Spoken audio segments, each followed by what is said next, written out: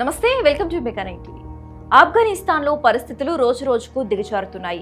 తాలిబాన్లు అధికారంలోకి వచ్చాక మహిళల స్వేచ్ఛను హరించడమే కాదు, ఇప్పుడు ఏకంగా వారిని బానిసలుగా మార్చే కొత్త చట్టాలను తీసుకొచ్చారు.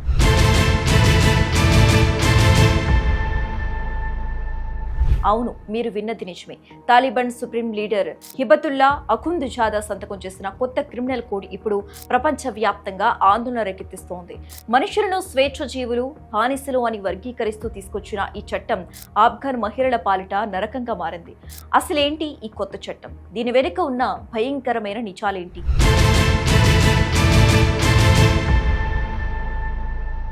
జనవరి 2026లో తాలిబాన్ లీడర్ హిబతుల్లా అఖుందుజాదా ఆమోదించిన ఈ కొత్త క్రిమినల్ కోడ్లో మొత్తం 119 ఆర్టికల్స్ ఉన్నాయి.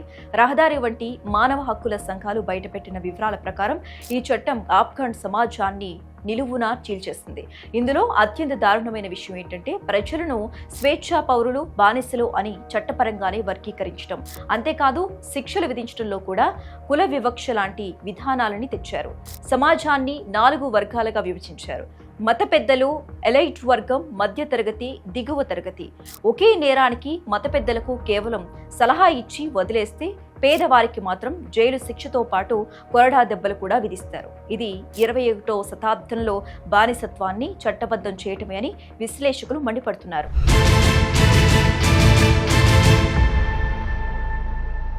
ఇక మహిళల విషయానికి వస్తే ఈ కొత్త చట్టం వారిని మనుషులుగా కూడా గుర్తించడం లేదు.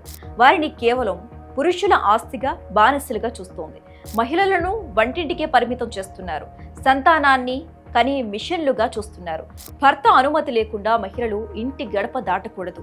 భర్త అనుమతి లేకుండా పుట్టింటికి వెళ్ళినా నేరమే. ఒకవేళ వెళ్తే గనక వారికి 3 నెలల పాటు జైలు శిక్ష విధిస్తారు.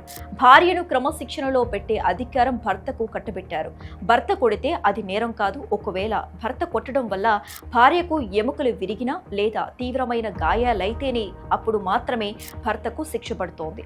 ఆ శిక్ష కూడా ఎంతంటే కేవలం 15 రోజులు మాత్రమే. ఇలాంటి నేరాల్లో నిందితులు భర్తే అయినప్పటికీ వారి సహాయం తీసుకుని కోర్టుకు రావాలి.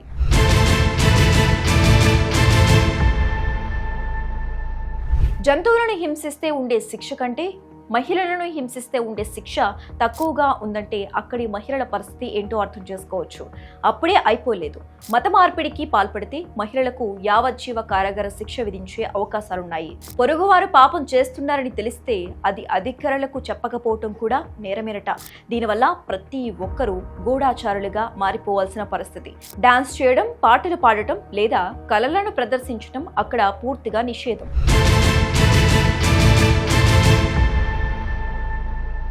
ఐక్యరాజ్యసమితి, ఫెమినిస్ట్ మెజారిటీ ఫౌండేషన్ వంటి అంతర్జాతీయ సంస్థలు దీనిని జెండర్ అపార్డిస్ అంటే లింగ వివక్షగా అభివర్ణిస్తున్నారు. ఈ రూల్స్ గృహ హింసను పెంచే అవకాశం ఉందని ఆందోళన వ్యక్తం చేస్తున్నాయి.